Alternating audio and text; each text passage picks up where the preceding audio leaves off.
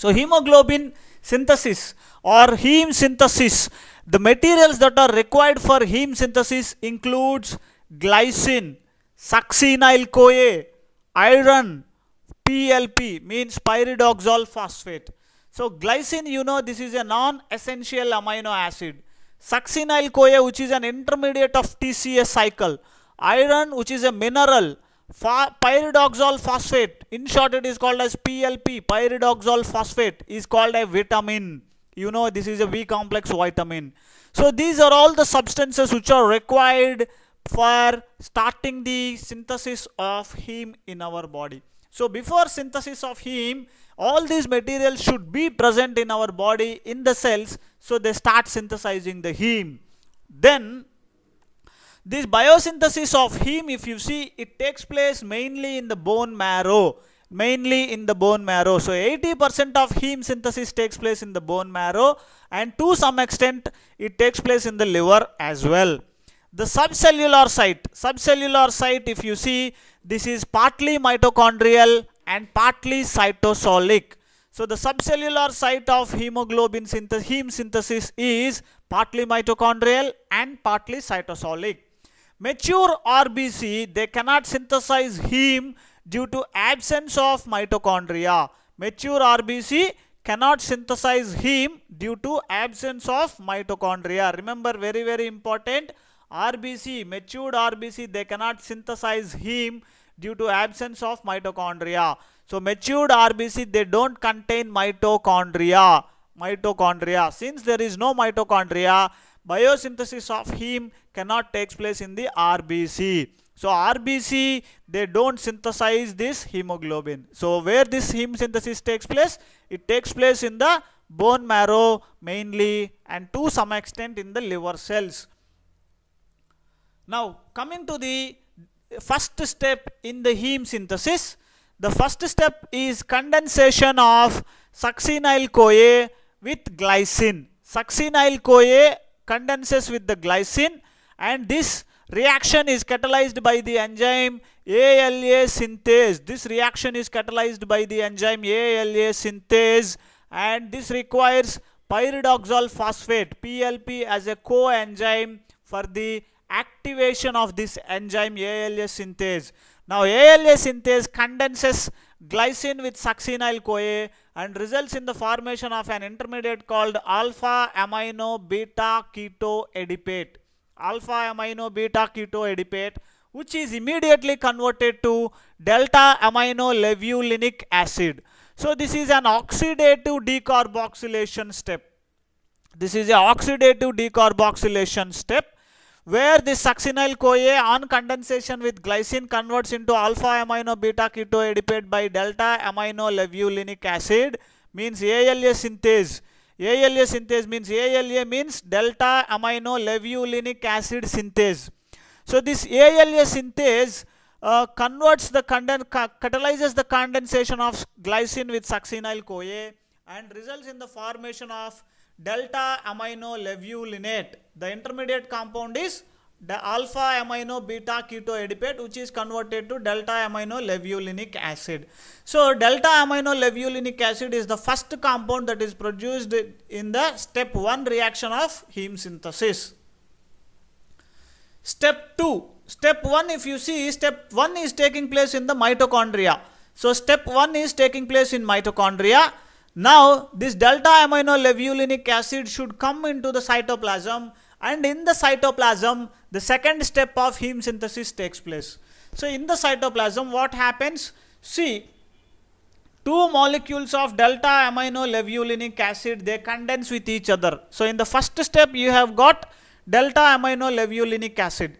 So this delta amino levulinic acid, two molecules of delta amino levulinic acid, they condense with each other by the enzyme ALA dehydratase, means amino levulinic acid dehydratase. So first step the enzyme is ALA synthetase, second step the enzyme is ALA dehydratase. So ALA dehydratase catalyzes the condensation of two molecules of delta amino levulinic acid and releases two molecules of water and results in the formation of a compound called parfobilinogen. So this is a first precursor of pyrrole ring. You know that pyrrole rings are there in heme structure. So you have got parfobilinogen. So this is a parfobilinogen structure. So second step takes place in the mitochondria. It involves the condensation of two molecules of delta aminolevulinic acid. They condense and loses a two water molecules and forms a compound called parfobilinogen. This reaction is catalyzed in the cytoplasm by an enzyme called ALA dehydratase, means delta aminolevulinic acid dehydratase. So the step 3, which also takes place in the cytosol or cytoplasm. So here 4 molecules of parfobilinogen, they undergo condensation by undergoing deamination. So this is a deamination reaction. They merge together and they undergo deamination. So 4 parfobilinogen molecules, they undergo deamination process by the enzyme parfobilinogen deaminase, PBG deaminase, means parfobilinogen deaminase. So this parfobilino deaminase enzyme is also called as uroparphyrinogen 1 synthase. Uroparphyrinogen 1 synthase. So 4 molecules of parfobilinogen are undergoing deamination reaction by parfobilinogen deaminase or uroparphyrinogen 1 synthase, and results in the formation of a compound called hydroxymethylbilane. Hydroxymethylbilane. So hydroxymethylbilane is the compound produced in step 3. Now step 4 also takes place in the cytoplasm. Hydroxymethylbilane by the enzyme uroparphyrinogen 3 co-synthase results in the formation of a compound called uroparphyrinogen 3.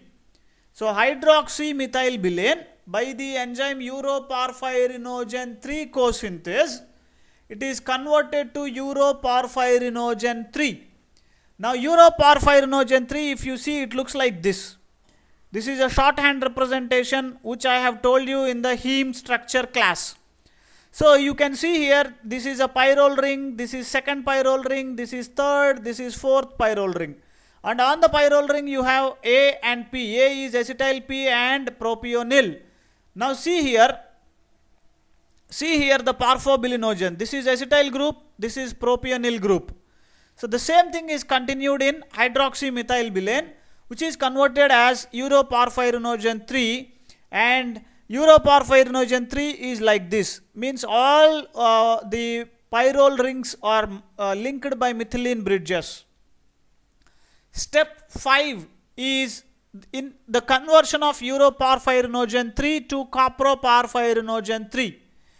Uroparphyrinogen 3 is converted to coproparphyrinogen 3 by decarboxylation step, and this reaction is catalyzed by the enzyme uroparphyrinogen decarboxylase. Uroparphyrinogen decarboxylase is the enzyme which catalyzes the conversion of uroparphyrinogen 3 to coproparphyrinogen 3. See, uroparphyrinogen, you know, acetyl group is there, propionyl group is there.